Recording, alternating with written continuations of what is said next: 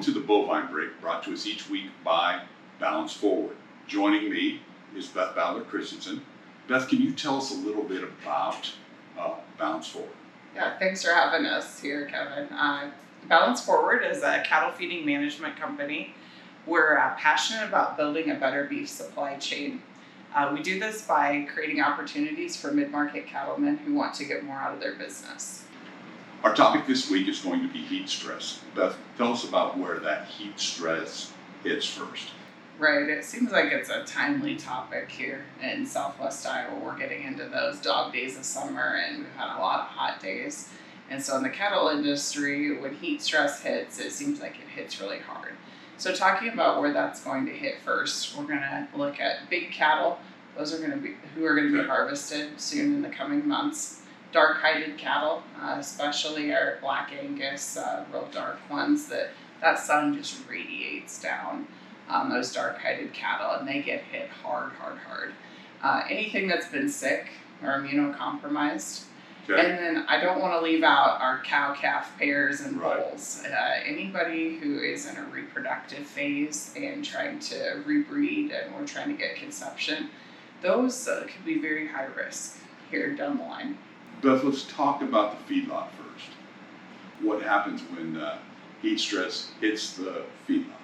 Sure. Now, as you're looking out across the Southwest Iowa landscape and we get a lot of hot days, you start seeing respiration rates go up. So those big steers start breathing really heavy. A lot of times they'll have their tongues hanging out. We've seen multiple days in a row with humidity and temperatures high, then ultimately we start seeing lower intakes at the bunk, so they're eating less, lack of gain, and we want these cattle to be gaining. Right. They cost a lot of money right now, and we need them to gain for profit down the line. But ultimately, if we can't cool those cattle down, we could ultimately have a lot of deaths in those feedlots. How do we manage that? Sure. So management, as you say, becomes the next. Okay, what do we do when this happens and when we have big heat stress events? So the big one, and we talk about this a lot, I feel like, Kevin, is water. Do we have enough water space for those cattle?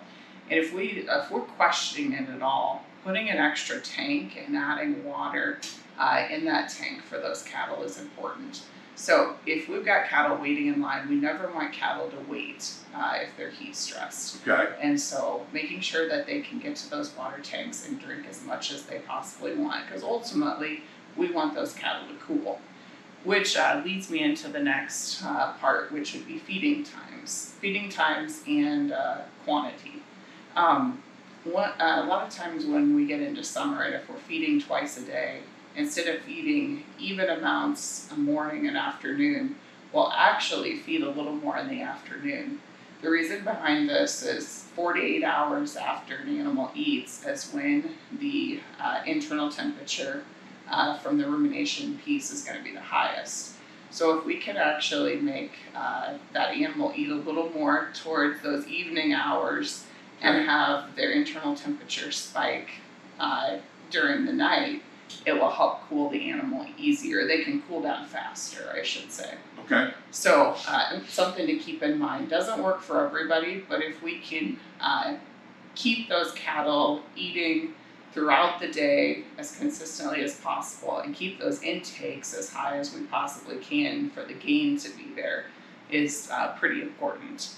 Then there's also feed additives and products that we can use. Sure. Here at the feedlot in Nottoway, we use Senegar, which is a combination of a capsaicin type product. And what that does is it helps vasodilate your blood vessels, open those up, get blood flow going through that animal better, ultimately helping the natural cooling system work effectively.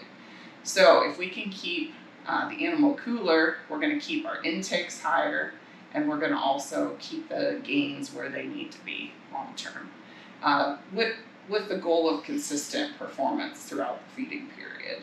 So if those things don't work, then we start looking at other options such as shades, which a lot of the pens, as you see across Southwest Iowa, Western Iowa, have shades already, but sometimes adding extra shade if we absolutely need to is an option, and utilizing sprinkler systems down the line as well. So just a few options on the management side that we can look at for the feedlot phase. So let's take that to the next step and talk about cow care, cow-calf pairs and out on the pasture. Sure. There's a lot of mama cows that are in that breeding season right now. So when we're looking at heat stress, I mean, it affects those girls as much as anybody. And when we're talking about that, what does that mean if a cow is heat stressed? So a lot of times when we see heat stress, actually the cortisol levels will increase in the mama cows, and well, really in all cattle. And then their hormone levels are altered as well, because will decrease production of some of those main hormones that are needed for rebreeding.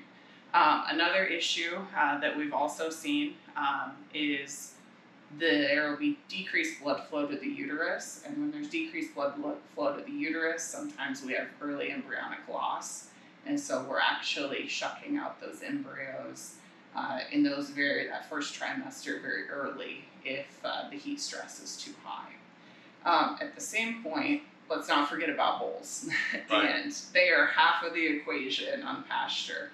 So if our bulls get heat stressed, we got to remember that the sperm cycle is 60 days. So let's say we're here in July and we get 5 to 8 days of really hot weather.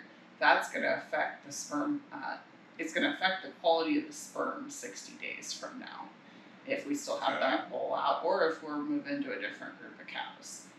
So pretty important things to consider, especially if you're a cow-calf producer and wanting to make sure we're getting those cows bred in a timely manner. Management practices. Sure. So yeah, just like we have management practices in the feedlot, we also need management practices on our cow-calf herd. So when we're talking about that, once again, water. Do we have ponds? Do we have waters? Do we need extra water? If those cows and the bull are not getting as cooled off as best they can be. Just like we talked about in the feedlot phase, intake on the cow side is actually really important, because if that cow is not grazing and getting as much grass as she needs, her nutrient requirements are not being met. So I like to talk about, are we grazing enough into the heat of the day and starting again before it cools down at night. And so there's a lot of products that can be used in minerals to help do that. And so we can use some of those same products like the capsaicin pepper and others in the mineral to keep those cows grazing a little longer into the heat of the day and earlier in the evening before it cools down.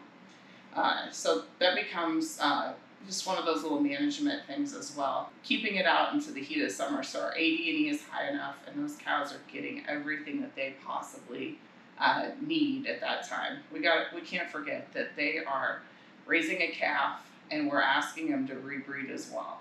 So plus maintain their own body composition as well. Okay, Beth, let's recap. Sure, Kevin. Number one in my mind is always water. Do we have enough space? Can those animals get to water and drink whenever they want in a timely fashion?